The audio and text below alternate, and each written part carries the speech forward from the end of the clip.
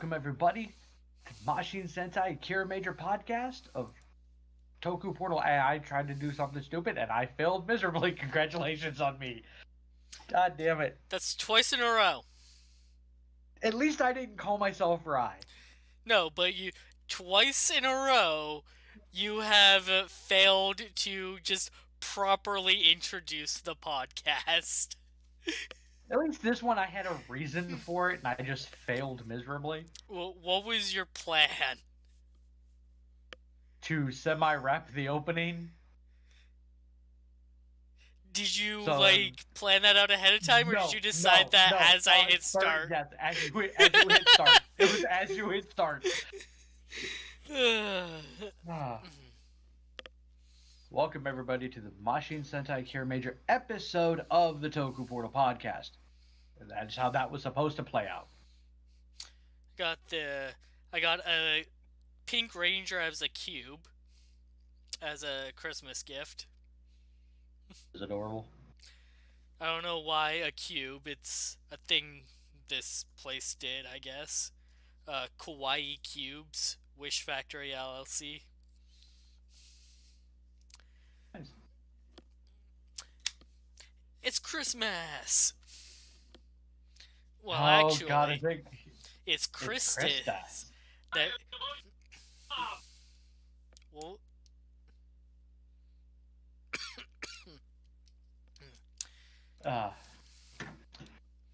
But yes, I am VashEV, the man who's ruined more openings to a podcast than anybody I've ever seen.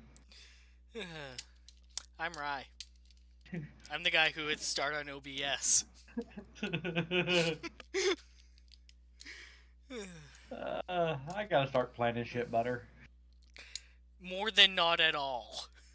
Yeah, instead of just trying to do what I've always done and just do the random start. That's why my light's so weird. Give me a second.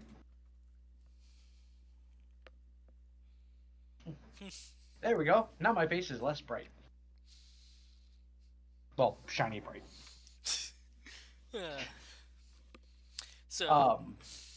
But welcome to one of the best episodes of Kiramager I have seen. Arguably the best.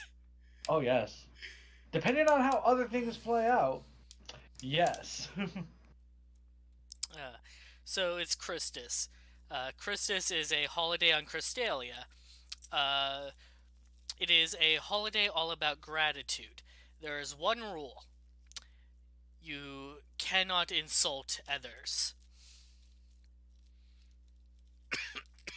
What an episode to have a rap battle in. Right.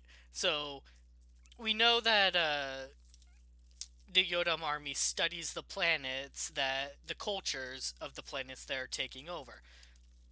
And Tarantula actively works those into his plans. So even though it doesn't come up, I fully believe he knew what holiday it was. Oh yeah, no, I fully believe he did. He knew what holiday it was. He studied the rap game. Because, I'm sorry, he had to have studied the rap game. And my God, was this glorious. Like, he knew, yeah, we're going to start some trouble on Christmas. Christus. Well, I mean, let's correlate it to, Yeah.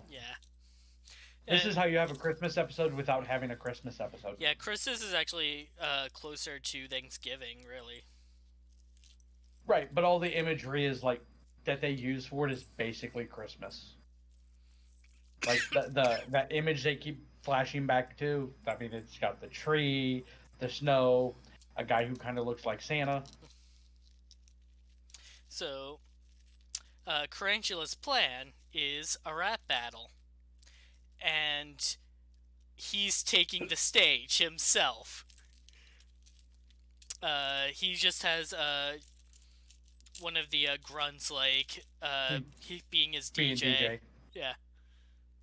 Like, and I give Tarantula credit. It's like a lot of his plans that he's come up with have been asinine.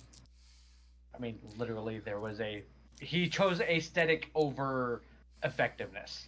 But when the bowling one. He is very silly, but when he gets serious, he gets results.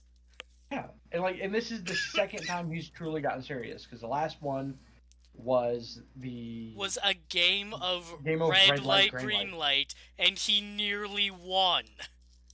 Right, If because Mabushina if hadn't been so patient. right, like it was fantastic, and he knows what he's doing as much as he, for lack of a better term, goofs the fuck off. And what I like is that, despite being a villain, he plays by the rules. Yeah. Well, unless you count the red light, green light episode, because he 100% cheated on that one. When did he cheat? He had the grunts tickling them and poking at them to get them to move. Oh, yeah.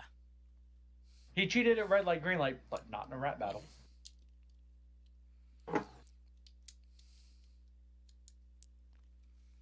Apparently, rap battle is more sacred. I mean, it's pretty hard to cheat, especially when you're so clearly superior to your opponent Oh yeah, that it's yeah, no, not yeah, even no. fair. That was absolutely not fair by any means. So, yeah, the episode is all about a rap battle, and the special ability is that Tarantula made himself a special mic. When he insults someone using it through a rap, uh, that injury imbues itself onto their heart and makes that person more aggressive. It makes him a dick. Or rather, more confrontational. So, I kind of want to back up for a second because the beginning of this episode made me laugh my ass off. I mean, the very beginning. with Garza and Yodana. No, Oh. the Cena With Mock being like, "Oh, Cena would look great in a one-piece dress." Pink would look great in this dress. Blue would look good in a Yakuza, and Blue. The only fact that Blue is upset by being the odd man out. Apparently, Blue also wanted to be in a dress.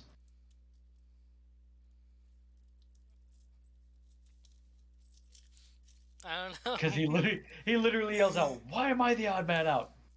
That was a little odd to yell about. It's because the girls were wearing formal wear, but he was wearing something more traditionally Japanese instead of something modern. Yeah, that's fair. That's fair. probably what he meant. Yeah, but my brain went dress, not a dress. It just made me laugh. It was a great setup to play this, a great start to the comedy for this episode. So, blue, yellow, pink, and green all go out to face Tarantula. By the time Jiro and Takemichi show up on the scene, there's no one attacking, and the other four are just kind of standing there. They take them back to the base, where the other four just start insulting their gemstones. This at first the gems are like, no, this is the rule you can't break. If you keep breaking this rule, you'll be banned from the party. But the Kiramagers keep going for it and saying things like, "You call us your partners, but are we really on equal level? You say you're doing it for the sake of the Earth, but aren't you really just concerned about Crystalia?" Things like that. That cause, Right. like, even though Jiro's not a part of it, even Fire is just like, "Alright, Nope, I'm out." the gems are cut off from the Kiramagers," and slams the shutter. Like it's one of those things where, like, yeah, Juro wasn't involved, but it's that, yeah, everybody else had made up their consensus, so Fire is rolling with it. Which, to be fair, is a sign of a good leader. Especially when you get the scene later where the real reason that, like, Fire was mad was because it actually hurt him. There was truth behind the words. Right. Because it was, you're not wrong. He even asked Jiro, like, even you think that when the fighting is over, you won't want to be my partner anymore, right? Jiro, hearing that, goes, "Are you stupid?" But he doesn't get to finish his thought until later. Right. It because just cut off at the insult. because Yodana interrupts to give Jiro his formal invitation to the rap battle. Yeah, and she delivers it like a phantom thief.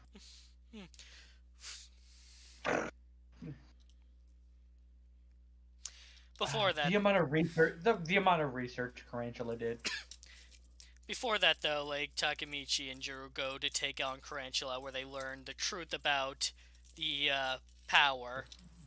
Yeah. But Takemichi falls to it as well, leaving Jiro as the only Kiramager unaffected. And like we said, when Tarantula, puts on his big boy pants and handles things himself, he gets results. And with Jiro being the only one left, that's when Tarantula gets his big plan of, like, this is the guy that, like, shines the brightest, so I'm gonna knock him down the hardest. Oh, boy, does he try. And if not for MacGuffin bullshit, would have succeeded. Yeah, no, you get to the rap. Should have succeeded. You get to the rap battle. The other Kiramagers are in the audience, booing Jiro as he walks onto the stage. Because, of course. The MC is a legitimate rapper that Tarantula happened to affect with his ability. Yeah. Yeah. I kind of wanted the scene of that happening. Tarantula besting an actual rapper.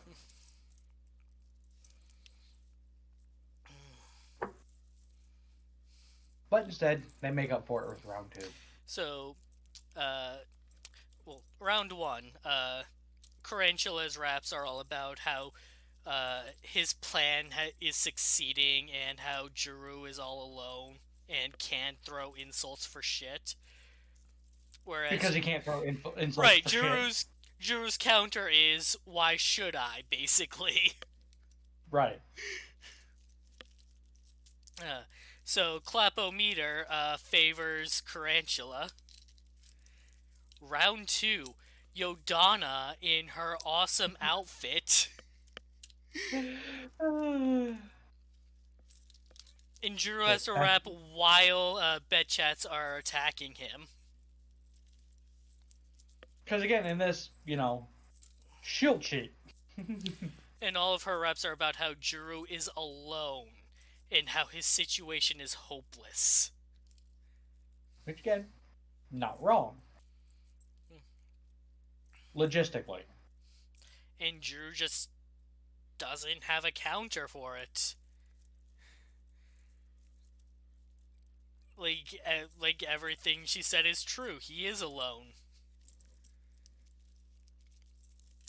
Like, everything about this was fantastic. Like, even having Jiro being the one, because, he's obviously well out of his depth. Not just, I feel, as an actor doing this. It was just that it helped him being an amateur actor actually aided this to go, to add to his level of hopelessness. Right. Because he's so fucking awkward that during the rep where he was unmorphed. And, like, I thought that this episode was going to take the turn of, like, oh, well, Jiro is just too positive to truly be insulted. But that wasn't the case at all. It was more that, like, Jiro can't throw insults himself unless he's speaking from the heart and as actually just, giving a compliment. Right. Like, in that whole, you're hard-headed, but you see things through. Like, yeah. It's that level of, like, I'm insulting you, but it's a compliment. So even though Juru loses the rap battle, Fire shows up, and Juru and Fire have a throwdown, where they basically get their true feelings out on each other and how they value each other as friends, and how you're stupid for thinking otherwise. Fantastic. And I was disappointed. Like, I was disappointed they brought back the Jolly Rancher issue again. I thought, I'm gonna hold and shake this cube to make it seem like it's talking. Because it's been a while since we've seen that. There's been quite a while since we've seen that. And like, it was a little jarring, and of course, Mabashina almost dropped him as she ran in. It didn't bother me. Like, Crenshaw tries to stop this rap battle, but like the MC stops him and was like, no, let this play out. No. This is the true battle. A respectful diss. I'm out. Like, the spell just breaks on everyone. Because this is the true spirit of a rap battle. Apparently. I don't know. I'm not part of this culture. I've seen 8 Mile. I don't think this is the true nature of it. I have not seen 8 Mile. There's a lot of shit talking and not necessarily even remotely complimentary. But the show wants to spread positivity, so... Yes, because kid show. So everyone was moved by Juru's words. The spell breaks, and it's worth noting, no one was under some kind of like hypnotism where they don't remember what happened. Everyone remembers everything they did. Everyone remembers everything they saw. So that MC just walked out of the building with like the weirdest experience of his life. Oh yeah. Like alien dude just is trying to take over the world, and he just goes, it's over, man. Peace out. He's just like, I'm done. Where do you go from there as that guy? I wanted 10 years after where he's just stopped doing rap and he's just running around with a sign, aliens are real. So, Crenshaw uses his darkness to summon the Jumenju, but Fire can't fight back by himself. But then all the other Machins show up because they also heard Juru's rap. And when that happened, I thought we were gonna get the legitimate all-together match. I don't think we're getting one. Because they all pulled up. I'm like, is it time? I don't think we're getting one if we haven't gotten one by now. Either. I think what we have is considered the all-together match. Because to be fair, their finisher is all together. Right, it's just all them working together. Right, and it doesn't include the auxiliaries.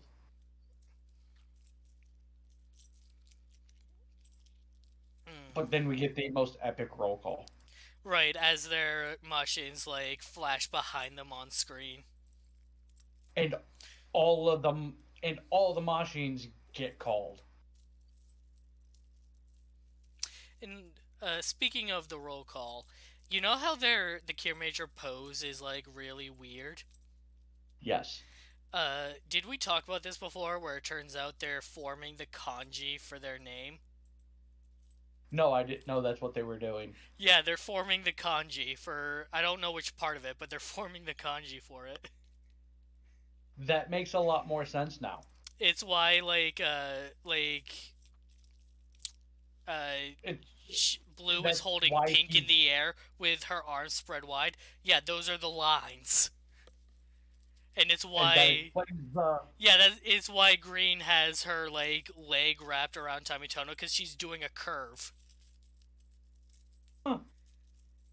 What letter or what symbol is Takamichi supposed to be? I have no idea. I still say he's doing the draw me like a French girl. I can't read kanji, so I have no idea what specific any of them are doing. Like, to me, I feel like he's not doing one. He's just photobombing it. Yeah, I think he's just photobombing it because otherwise it makes no sense to have them doing that without Tametono. If Tametono is also part of the kanji or Takemichi, not Tametono, Takemichi, because they were doing this from the beginning. Adding silver to it would change the kanji. He's just photobombing. Yeah, now the pose fucking makes sense. I thought it was they just wanted to be weird in ballet. Nope. If you're Japanese, it makes a lot more sense. Yes, So, just like Zio's mask. right, the kanji on the mask. But yeah, because like with that, we had no idea what it was until it was pointed out to us. Once it came closer to it actually airing, they pointed out that it spells it, and I was like, oh, that makes sense now, because it was confusing as hell. And so, for the mech fight, we don't get much of a fight, but we do get a really cool effect where the Jumanju launches a powerful beam, but then each of the mechs, because they got the four mechs, deflects it in a circle back into him. And Way to go, Tarantula! You it, played yourself. it was about this time, as they're getting ready to do the finisher with Careful Arrow, that I realized, like, wait, Tarantula is still on the monster. Wait, is this when he gets defeated? Holy shit. Oh my god, it's Christmas. Like, I understand we're at that point where killing off generals starts making sense. Right, it's like, we gotta start wrapping this up. And So, Tarantula hasn't actually been relevant this entire arc, so what's he let's still knock him doing off. on the show? Like, it was just one of those things. Like, as much as I knew it was coming, I was extremely unprepared for it. Right, it's like, wow. And I can't even be mad. That was impressive. What a hell of a way No, to go that, out.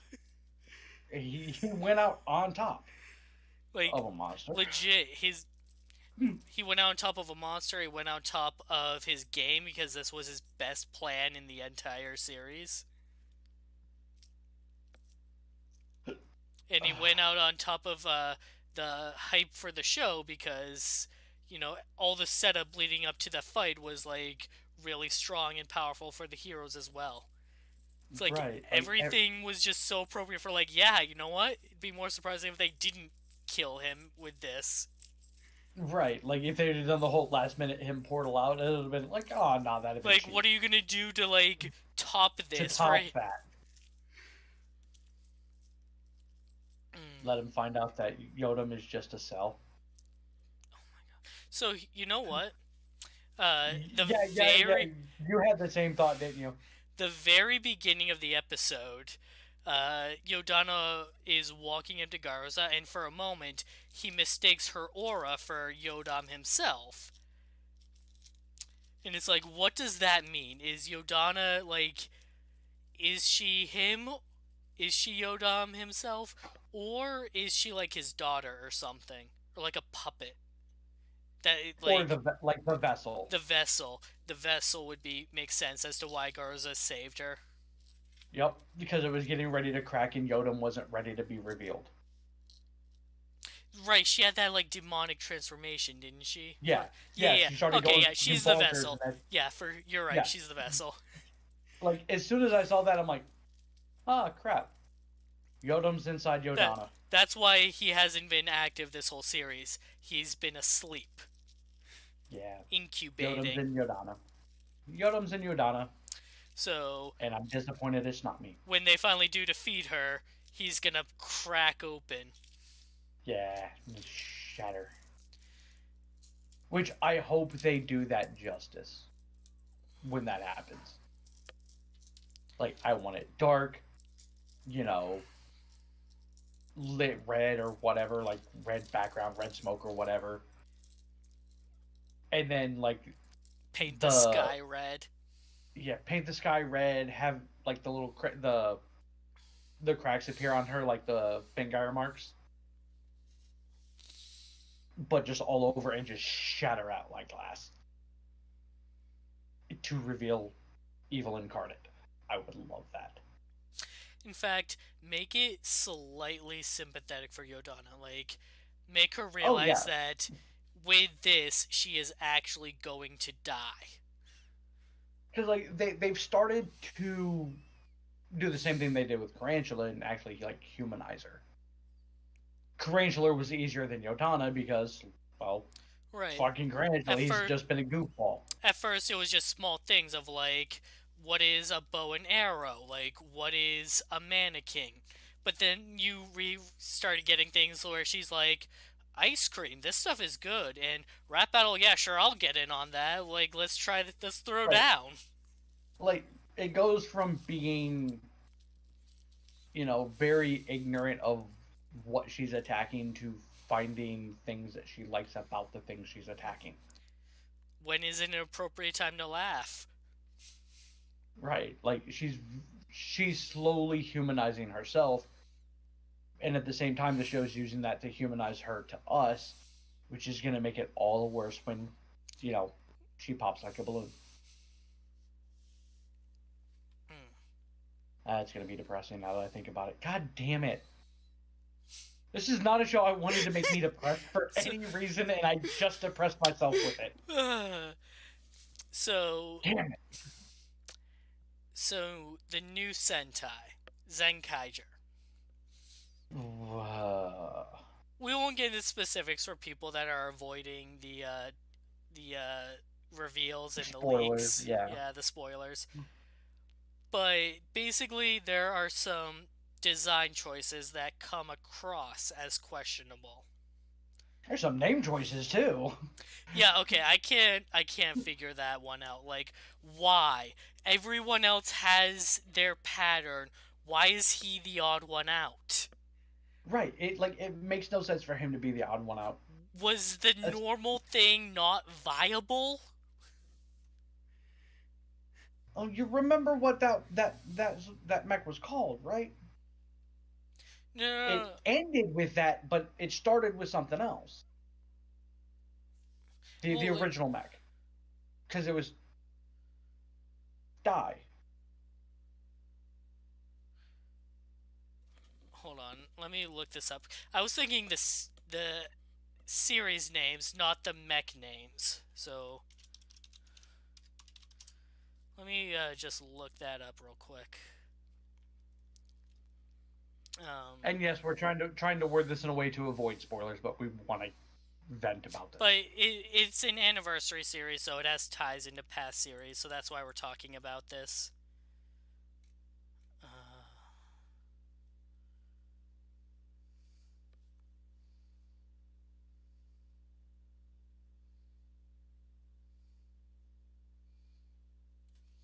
like I don't like yeah, I'm looking at the name and it's just there. I don't get why they couldn't use the normal name. Right, like it could have been Zenkai Blank instead of what they went with.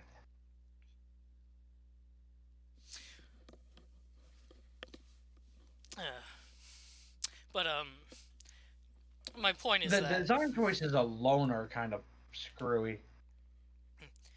but my point is that like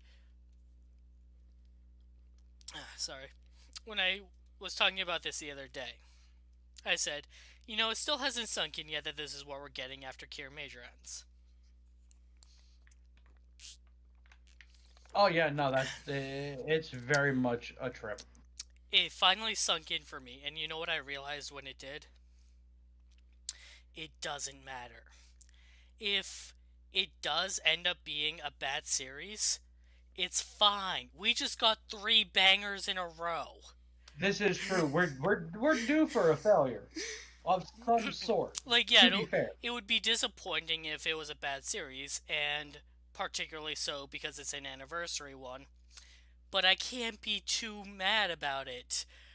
We just got 3 really good series in a row that, like, I can't. that it's for the last three series that we've done it, we've ended each one going, how are they gonna top this one? And And while they didn't necessarily top like with top the it, next but one, they they kept the same amount of, man, this is this mind is blowing. right, and even and for all for entirely different reasons. Like for Loop Hat, it was It, the fantastic and amazing story. right, it was character development for Lupat. Ryu Soldier was world building. Kiramager, it's the tone of the show and the execution of it. Yeah, the way it shifts back and forth between this is the funniest show ever and this is just the most serious show ever. Like the way it swings back and forth, but it's not Whiplash level. It does that gradual swing, which makes it flow very well. Like a pendulum. Yeah, and And it works expertly well and now that pendulum is starting to slow down and meet in the middle. because this is where it begins. This is the end game. When do we see the fourth Kanayame stone, and what wish do they make? You know, I have realized that there's one thing I'm disappointed at, and it's only because of the way things have played out, like in the past. If the series just continues the end game aspect of it, the opening has set me up. Because I've been spending the last, what, 10, 15 episodes waiting for the next villain to be introduced? Well, the next general. Because the way uh, Tarantula, Garuza, Yodana are on the screen with that very large person shaped space between them, with That's Yodam probably behind her. Yodam. Oh, Yodam behind it. Yeah, Okay. Yodam's shadowed out and behind. That's so it's like if they don't introduce another villain, they set my ass up because Uh, I've been basing a lot of when things happen based on positionings in the opening. remember Typically, how you can tell. remember how Ryu Soldier kept introduced like three new generals in the last 15 episodes. Yeah, they did that too. Remember when Lupet made Zamiko out to be a bigger deal in the opening? That's where they set me up. I fell for that one. So did I. They set everybody up for that. I honestly, but I can still kind of accept that because at the end of the day, Donna Margay was the major threat for the Pat Rangers, whereas Zamigo was the personal antagonist for Lupin Ranger. the Lupin Rangers because that was literally we need to get rid of him, especially once they found out that he was behind all that. So it does make sense that they featured him as prominently as they did, especially given the fact that they did a good job of separating the focus between the two, bouncing back and forth. But there was a lot of focus on the Lupin Rangers, like significantly more. So like they did a good job of that. It's like, but whereas everything else is like, I'm following the trends of the openings of the past to go. Yeah, there's supposed to be somebody else there. Where is that person? Well, with Crenshaw But out of the picture, maybe that slot will be filled in now.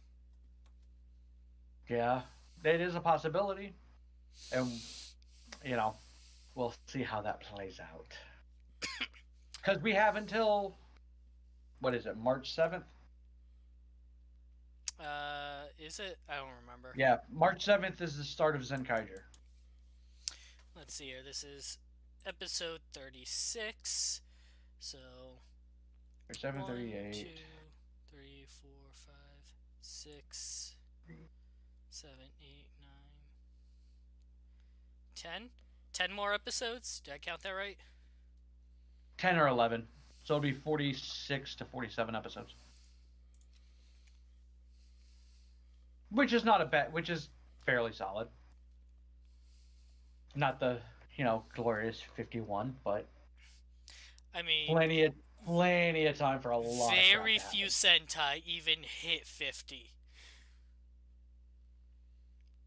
Right, because we've done that math. Most of them are around 45 to 48 In fact, within that according to bubble. your math, most of them are actually 48. Right. Because we did that math that one podcast. We sat there and Googled it. Uh, yeah, Kaku Ranger holds the record for longest Sentai at 53. Oh, wait, no, wait. Go Ranger might have been longer. Kaku Ranger might be second.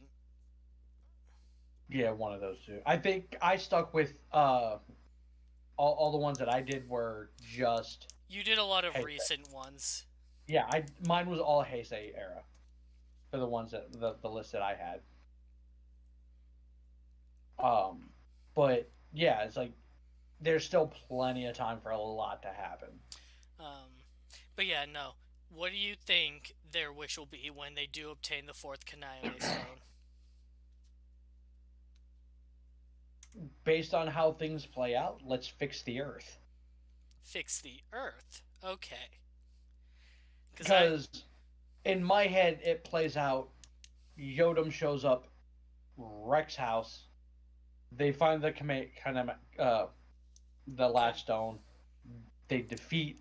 They use whatever MacGuffin power that one has, that specific stone has. Takes out Yodam, and then once they're all recharged up, make the wish. See, I see. Or fix Crystalia. No, they're not gonna fix Crystalia. What I think is gonna happen is this could be tied in with fixing the Earth. Make Ultimald a reality. Yeah. Or basically merge Ultimald and Earth. Right, like instead of fixing Crystalia, like just take all the people that were lost and bring them to Earth. So we're going for the The, the the Zhuo same ending. thing Zhuoger did, But except on purpose. For the love of Christ, have there be some questions. That was my biggest issue with the ending of that show is nobody was weirded out that all of a sudden there was an animal person next to them. Actually, a lot of people were weirded out. They did a short montage of both sides freaking out. But as quickly as that seemed to have been resolved through that montage, because they pointed out not a lot of time had passed between the beginning of the montage and the end of the montage. No, there would have been war started over that crap. Let's be real. A lot of people that's literally why the Returns movie exists. Yeah, I know. But it was still one of those things like, I'd be a lot more panicked than this.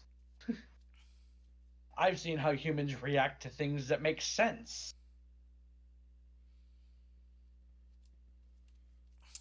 But yeah, yours makes sense, making Ultimald a reality.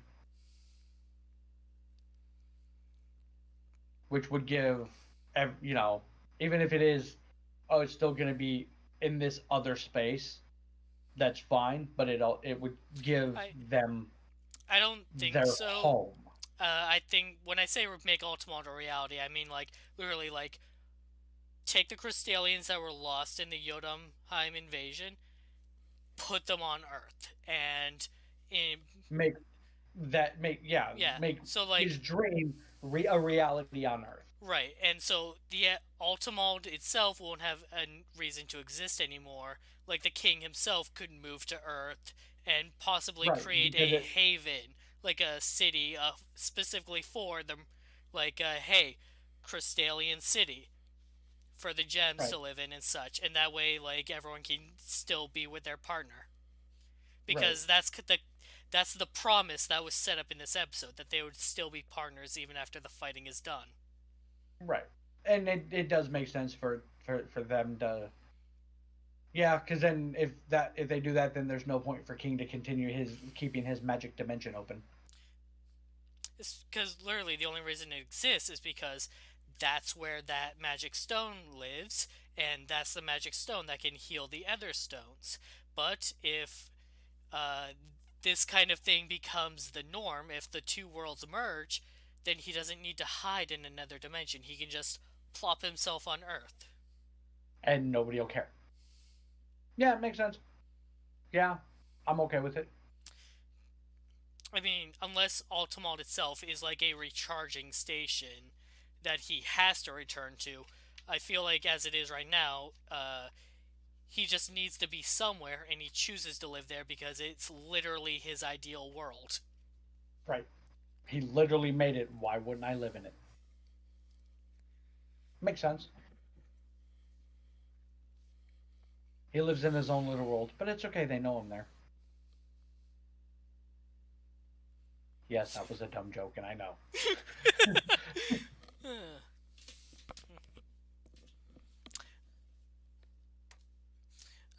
Alright, so next week's episode is uh, multiplicity. Yeah. So Yeah, it's multiplicity. you said that to me, and I didn't know what that was.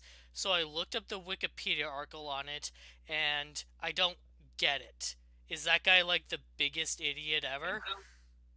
So multiplicity, the whole purpose of multiplicity was I don't have enough time to do things, so I'm going to clone myself so I Or can do what I want. I get that, but I don't get where the conflict came from. Like, he must have been the biggest idiot ever to have Well, some of those yes, problems that came up. yes, you're not wrong. It as the movie goes on, him cloning himself creates more problems, and he feels his solution is more clones will help the problem. Like, at one point, he just straight up abandons his wife and kids and goes on a cruise. Yeah. And am I Then supposed to root for this guy? yeah, no, he's a piece of shit through 90% of the movie. It's the last, that final act of coming to realization of, oh, Wow, my I family really was more am a important. piece of shit. Yeah, that realization and the whole trying to redeem Like, himself. That's where that is. part of the conflict comes from, like, oh, I can't let my wife know I cloned myself. You So couldn't he make felt up a story about a long lost twin brother? Literally, at the end of the movie, the clones move away to a new city and pretend to be triplets. yeah. So that brings back to the point of the You're reason an the idiot. conflicts exist is because he's the biggest idiot ever. Yes, you're not wrong. This is like 90s movie stupidity, and they weren't the best of movies back then. I mean, Anyways, hell, one of the most famous movies from that era involves a kid who wants to be a homicidal murderer building jigsaw houses on Christmas uh, yeah, no, instead of he's calling the police. Kevin McAlkin is a sociopath. Yes, Kevin McAllister is a sociopath. McAllister. Yeah, you I, mixed you I, mixed Kevin I, and Macaulay's name. I conflated the two. Okay, I conflated the actor with the character. There you go. See, I fuck up the intros. You fuck up the outros. So yeah, next week's episode, Cena is cloned. Thanks for joining us tonight, everybody. Uh, we'll be back next Tuesday for more Kiramager. And we'll be back tomorrow for more Kamen Rider Saber. Which, in the bright side, at least that show's getting better. So this week's episode of Saber was actually the best episode of the series, and I legitimately enjoyed it.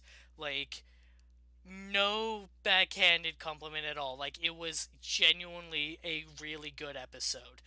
and So shows the series potential to turn it around on me. right, and I feel the same way. However, I know there are a lot of people who have the same thought of that Pixie had. Great job, too little, too late. Like her interest in that show by this point is she doesn't care. Yeah, I know some people like that where it's like if the show hasn't hooked me in like the first 4 episodes, then why would I keep watching it? Like I'll give Ryder quite a bit of time. I always have because I mean this is something I've been watching for the last decade. Started with decade. But it's that I've watched enough of this to know like the trends of okay, this was solid. This is the upswing of the show. Okay, I'm in starting to get invested in what you're doing with the show.